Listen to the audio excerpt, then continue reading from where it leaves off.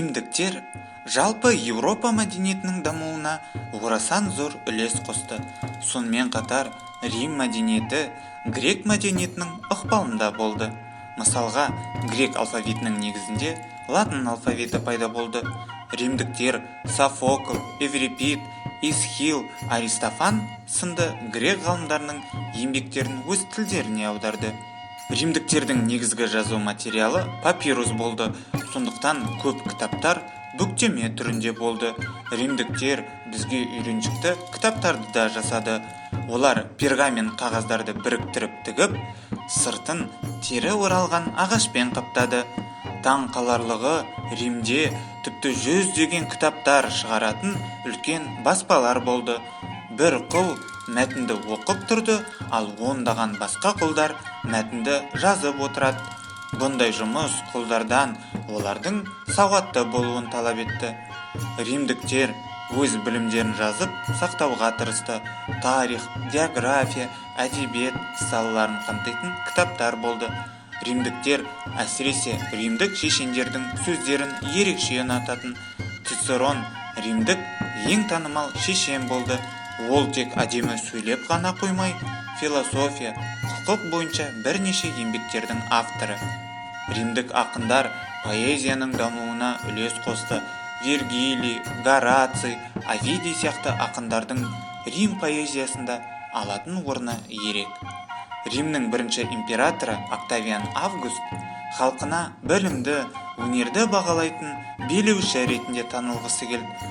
Сондықтан Римнің ең бай азаматтарының бірі Гай Цильний меценат басшылығымен Римнің ең үздік, талантты өнерпаздарын біріктірген үйірме ұйымдастырылды.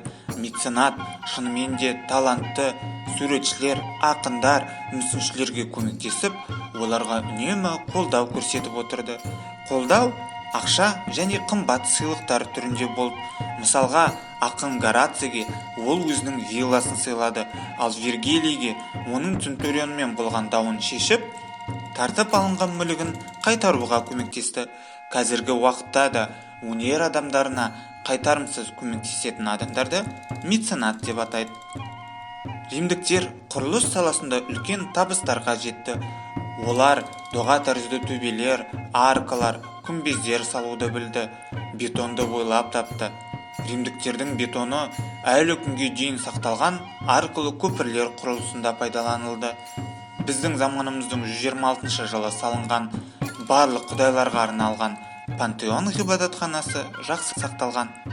Туристерді бұл құрылыстың күмбезі таңғалдырады. Оның диаметрі 43 метр. Себебі сол заманда бұндай күмбезді тек өте мықты архитекторлар ғана сала алды. 72-80 жылдар аралығында Колизей театрының құрылысы жүрді. Деректерге сүйенсек, оның сыйымдылығы 50 000 адамды құрады. Бірақ бұл ғимараттың ұлылығына қарамастан біз түсіну керекпіз.